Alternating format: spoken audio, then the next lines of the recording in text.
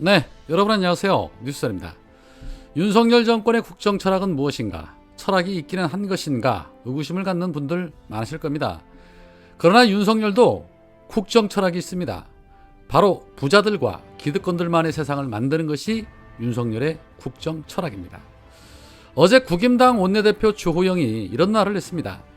법인세 인하는 윤석열 정부의 철학이다. 법인세가 인하되면 혜택을 보는 사람은 주주와 종업원, 협력업체이지 재벌이 혜택을 보느냐라고 말했습니다. 주호영이 법인세가 인하가 되면 그 혜택을 직원들과 협력업체가 본답니다. 공감이 되십니까?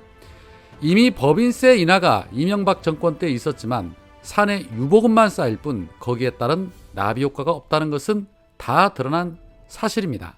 재벌기업의 돈이 썩어날지언정 절대 협력업체나 서민들에게 그 혜택이 돌아오지 않는다는 것은 삼척동자도 다 아는 사실인데, 그럼에도 불구하고 재벌기업에 혜택을 주는 것이 바로 윤석열 정권의 철학이라는 것입니다. 이번에 화물연대 파업에서 윤석열이 힘으로 노동자들을 탄압하는 모습을 보면 그 철학이 여실히 드러나지요. 민주당이 주장하는 것은 작금의 경제 위기 속에서 과세표준 2억부터 5억까지의 중소, 중견기업 5만 개 이상 업체에 대해서 법인세율을 현 20%에서 10%로 대폭 낮춰주는 것만 우선 처리하자는 입장을 고수하고 있습니다. 그러나 윤석열과 여당은 무조건 초부자 재벌기업에게도 법인세 최고 세율을 현 25%에서 20%로 5% 인하해줘야 한다는 강경한 입장을 고수하고 있는 것입니다. 결국 법인세 인하 문제로 각자의 입장이 첨예하게 대립하면서 내년도 예산안에 대한 처리마저도 계속 미뤄질 것으로 보여집니다. 보다 이 정부 여당이 예산안 처리를 안 하겠다고 으름장 놓는 역사를 본 적이 없습니다. 이명박 때 법인세 깎아줘서 경제 살아났습니까? 경제 대통령 파리에서 정권 잡아놓고 결국 지 뱃속만 챙겨 먹었던 정권이 바로 이명박 정권이었습니다. 그런 이명박 정권을 가장 많이 닮은 정권이라는 소리를 듣는 게 바로 윤석열 정권이죠. 더 대가할 가치도 없습니다. 이 부분에 대해서는 민주당이 반드시 윤석열과 국임당을 꺾어놔야 합니다. 이재명 대표도 강경한 입장을 고수하고 있는데 이번 기회에 윤석열에게 국회 권한이 얼마나 크다는 것을 느끼게 해줘야 할 것입니다. 수사권 하나 주고 천하를 다 주무를 수 있다는 교만과 거만을 떠는 정권에게 국민이 국회에게 맡긴 그 권한으로 잘 감시하고 잘 견제해야만 국회도 살아남고 국민도 살 수 있을 테니 말입니다. 고민정 의원이 이런 상황을 지켜보며 페이스북을 통해 이런 말을 합니다. 스스로 국정 발목을 잡고 있는 정부 여당, 국민 안전도 책임지지 않겠다. 국민 생명도 책임지지 않겠다. 내년 예산도 책임지지 않겠다. 대한민국에 정부가 있기는 한 겁니까? 라고 윤석열 정권을 후려쳤습니다.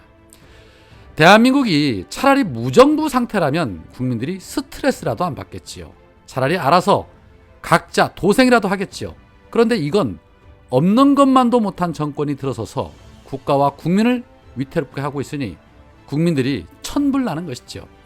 거기에 그 밑에 관료들의 행태 또 어떻습니까? 정말 눈뜨고는 못 받을 지경이죠. 최근에 한동훈이 김의겸 의원과 더 탐사 기자들에게 10억 원의 민사소송과 함께 형사소송까지 제기를 했습니다. 국민들을 대신해서 질문하라고 국회의원에게 면책특권을 쥐어준 것인데 자신에게 의혹을 제기했다는 이유로 소송을 제기한 것입니다. 이거 역시도 역사상 유례를 찾아볼 수 없는 아주 희한한 광경입니다. 수사권을 쥔 자들이 권력을 잡으니 참 별의별 일 다 생깁니다. 이에 대해서 민영배 의원이 자신의 유튜브 채널을 통해서 이런 말을 합니다. 법 플래스 유, 이런 말 들어보셨습니까? 법이 너를 살려서 라는 뜻으로 쓰이는 말이다. 더 정확하게는 반어적으로 활용한다. 너 법의 가호 덕분에 살아있는 줄 알아. 법 아니었으면 너는 이미 끝났어. 이런 뜻이라는 것이다. 그렇다.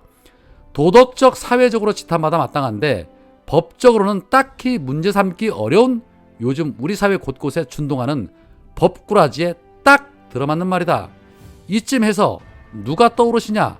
저는 한동훈이 떠오른다. 지난 10월 법사위 국감 당시에 감사를 하기 위해서 국회의원이 질의를 한다. 면책특권이 적용되는 순간이다. 그런데 팔짝 뛰면서 자리를 걸어라 이렇게 겁박을 한다. 뭔가 버튼이 잘못 눌러졌는지 제대로 그냥 급발진을 한 것이다. 그런데 그것도 모자라 엊그제는 소송까지 하더라. 무려 손배소 금액이 10억 원이나 되더라. 엄청난다. 소송 인지대를 계산해 봤더니 한 405만 원쯤 나오더라. 그런데 과연 그런 손배소가 성립할 수 있을까? 굳이 국회의원의 면책 특권을 거론하지 않더라도 김의겸 의원에게는 고의성이 전혀 없었다. 설마 한동훈이 그걸 몰랐겠냐.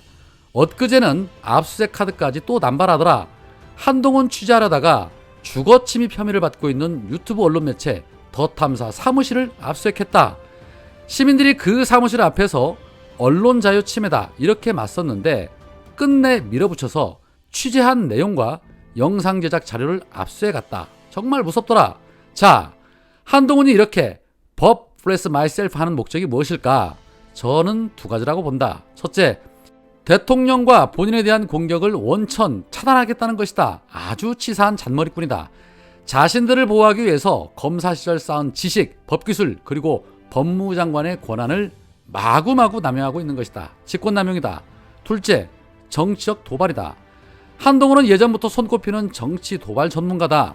수사 정보를 언론에 대놓고 흘리면서 사실상 정치에 개입하는 정치 검찰의 끝판왕이다.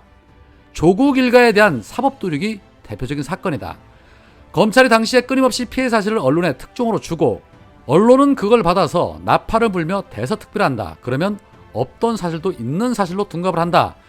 그때는 심지어 검찰이 보도 제목까지 다 뽑아줬다는 소식도 있다. 그 소문이 사실이 아니길 바라는데 언론인들 사이에서는 공공연하게 알려져 있더라.